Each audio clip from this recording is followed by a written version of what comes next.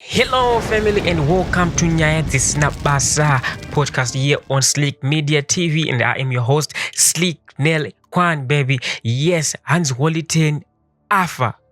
What? Huh?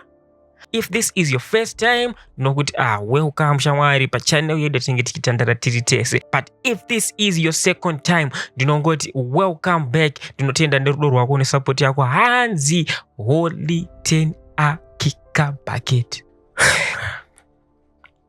Mjaya Hanzi Akika Bucket.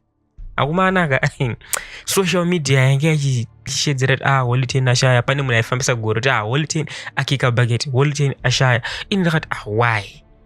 What happened? Chichaitika kune Mjaya. We still need him pazim hip hop. We still need him in this music industry.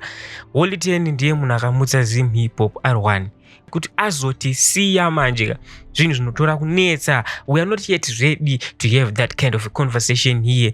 Zvisine hazvo Mujaya munomziva ka Mujaya haanonoke kupinda muma social media streets. Ndobva auya pa social media akavaenda pa IG live ashedzera waka guys, imimi musanditire dzungu. Kune vese varifambisa rumors yekuti Mujaya ashaya ka aiwadzika maya kumana zvamuda kuita zvazvishande because hanzi Mujaya akabva tofonerwa na munhu mutapa achimubvunza kuti konayo shamwari tanzwa kuti wafa. Imagine ndozwa kuti shamwari yangu yafa inini. Ndobva ndaifonera kuti da kuconfirm kuti zvishuwa shamwari yangu wafa ere. Hello, urita sei? Boko ndanzwa kuti hanzi wafa sha kuri sei kufa. Ayo ndo zvakaitika, but zvisine hazvo ngatipinde munyaya yacho tinyatsozvinzwira kubva pana iye Woliten achiadresa vanhu kuti aiwa kumana handina kufa, ndiripo, ndiri mupenyu and ndiri kutogiga, ende zveshuwa Woliten mupenyu ari kutogiga. Zvionere pavidhio yenyu. But boys kana makunyepera vanhu kuti ndakafa boys.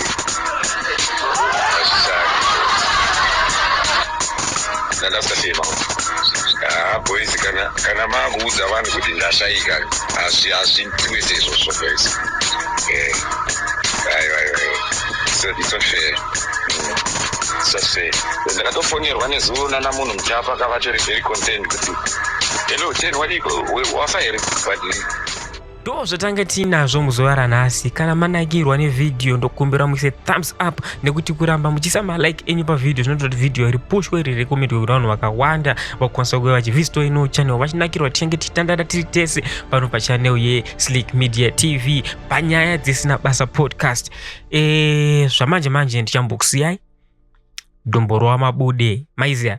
Munondiziva kana ndinogara ndichidzoka futi nenyaya dzisina basa hapana ko zvazara. Until next time.